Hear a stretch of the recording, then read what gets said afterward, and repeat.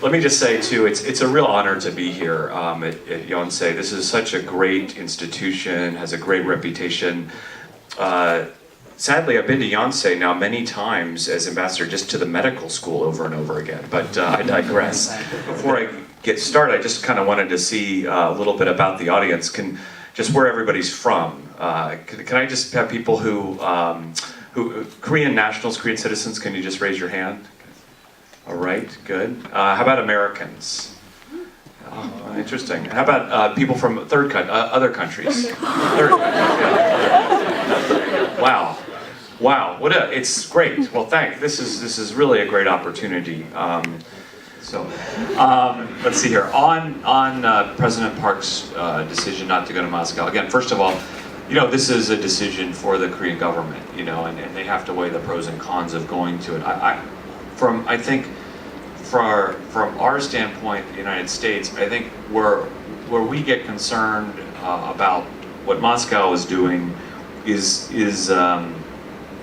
sort of two basic principles, and Tony Blinken, the Deputy Secretary of State, outlined those really well when he was here. Tony's a European sort of scholar by training. In the Clinton administration, he was the top European affairs official at the State Department.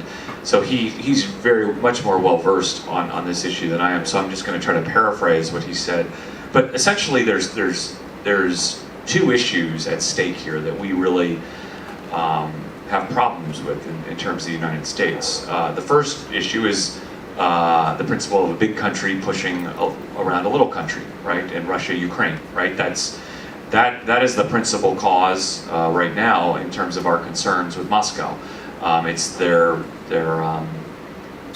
actions in Ukraine, right? So you have a big country taking territorial sovereignty away from a small country. That just in this day and age is just unacceptable to the United States. I think that's point one. The second is a less known issue, but I think Deputy Secretary Blinken did a good job of outlining it when he was here, is that there was an agreement in the early 90s signed by 4 countries. And this agreement essentially was as follows. Ukraine had nuclear weapons on its territory. The Soviet Union had collapsed, and everybody was trying essentially to get to limit the number of countries that had nuclear weapons, essentially get them off their territory. So a 4-party deal was struck between Ukraine, Russia, the United States, and Great Britain. Those are the signatories to essentially say, okay, Ukraine, in exchange for you giving up your nuclear weapons, we will respect your territorial sovereignty, your territorial integrity. I said that wrong both times. Territorial integrity. Well, Ukraine gives up the nuclear weapons, and lo and behold, they've got their sovereignty infringed on in a terrible way. And we think, in terms of Asia policy, that has a potential application out here, right? When you're dealing with nuclear weapon states, right? So, I think that is the crux of our very deep concern about actions in Ukraine. And I think the Republic of Korea had to make its own decision, and I think made an informed choice. But again, it's their decision to make. And I'll leave it there. The reason we do missile defense in the Asia Pacific region is because of the North Korean threat. It's why we spend in a time of tight Pentagon budgets, why we are spending a lot of money on missile defense out here in Asia Pacific. It's not because we want to do it. We could use the money elsewhere. Let me tell you, there are a lot of needs in the U.S. military. I sat in those conversations when you're down to the last budget decisions, and they are agonizing. How big is the U.S. Army? How many fast attack submarines are we going to buy? How much money for special operations forces? The trade-offs are excruciating. But the reason we have spent more money on missile defense, and you've seen it we put more national missile defense in Alaska, we put new Navy ships and are in the process of putting new Navy ships into Japan. We added a THAAD battery in Guam. That is all because of the North Korean threat.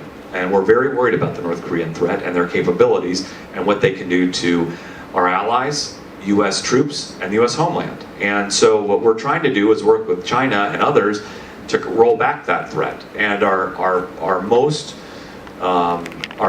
preferred way to do it is diplomatically. But we have not gotten any positive response from the North Koreans. You've seen the South Koreans offer unconditional inter-Korean talks. That's been rejected. You've seen the United States offer credible and authentic negotiations time and time again. That's been rejected. They're not really even talking much to the Chinese these days. So in the absence of that, we've got to increase our sanctions to make sure that there are costs associated with a nuclear and missile program. We've got to add our deterrent value in missile defense and other capabilities. And then we've got to continue our diplomatic efforts. One, to prevent, to basically roll back the policy of Byunjin. And also, but our most preferred way is a diplomatic way, a diplomatic solution. And I'd finally say by this administration, the Obama administration, believes in principled diplomacy strongly. And I think the proof is in the pudding, as they'd say. Iran, Cuba, Myanmar. Over the last 6 years, those are 3 countries where the US had years of historical enmity built up. And the President of the United States campaigned on this issue. He came into office, and over the course of 6 years, we have worked very hard to engage in principled diplomacy with those 3 countries. So I think the outlier here is North Korea and the North Koreans' willingness to talk. And if they come back to the table and are interested in authentic, incredible negotiations, the United States, and I'm convinced the other 5-party talks, which are incredibly unified at this moment, also stand ready. So that's a long answer on that, but that's the crux of the issue. The crux of the issue is a missile threat by the North Koreans. Last on what do I want to do? Mainly retire. I'm pretty tired, and I guess what I'd say is this: I don't know, and I've always been a guy that has never really had a plan. I ended up in Washington, purely by accident. I mean, it's because my college roommate played football for the Washington Redskins, and I had a sort of a free place to stay, and I was interested in international relations, but I also wanted to move back to China, and girlfriend was involved, and so it got complicated fast, and I didn't make it to China, back to China, but I did make it to Washington, and after that it was just sort of a series of accidents. I thought I was going to go back to law school. Never made it back to law school. My father's a lawyer. He's disappointed. My sister's a lawyer, and she is the favorite now. So the answer is I don't know.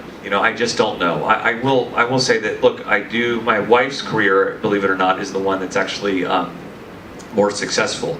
She's a senior vice president in a big U.S. company. She loves her job. She sacrificed a lot to come out here. So I think when this is all over, I think it's kind of her turn. And I think, she's working crazy hours and telecommuting and dealing with the baby. And so I think, I have to sort of figure a way. I think we need to figure out a way to keep her career on track. Because one, she made a lot of sacrifices here, and for me, and I deserve that. Two, she makes all the money, so we need to keep that career on track too. So that's all a long way of saying is I don't know, but I think we'll figure it out. And look, I think the last point is some of the best opportunities come to you when you least know it. I would just say I ended up working for then Senator Obama. It was purely by accident. I was having a bad day. I was complaining to a friend of mine who is now the White House Chief of Staff, and he said, you need to go interview with this guy Obama. And I said, I'm not really interested in leaving my job. I'm just having a bad day at my job. And he said, no, just go interview. Long story short, I ended up with an interview. Obama and I hit it off, and it took me down a completely different path.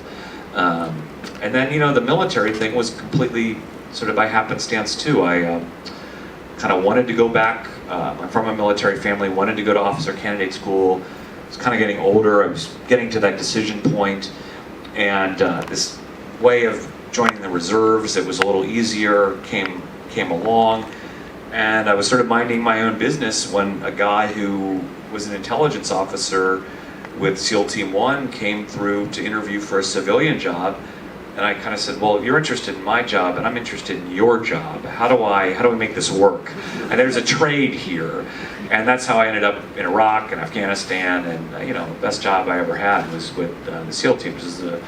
I'd probably still be doing it today, but my wife really didn't like it that much. So anyway, and you do have bigger responsibilities to your family. So anyway, that's all a long way of saying, you know, figure it out, see what happens, and you know, it's fun to ride the wave. So there you go.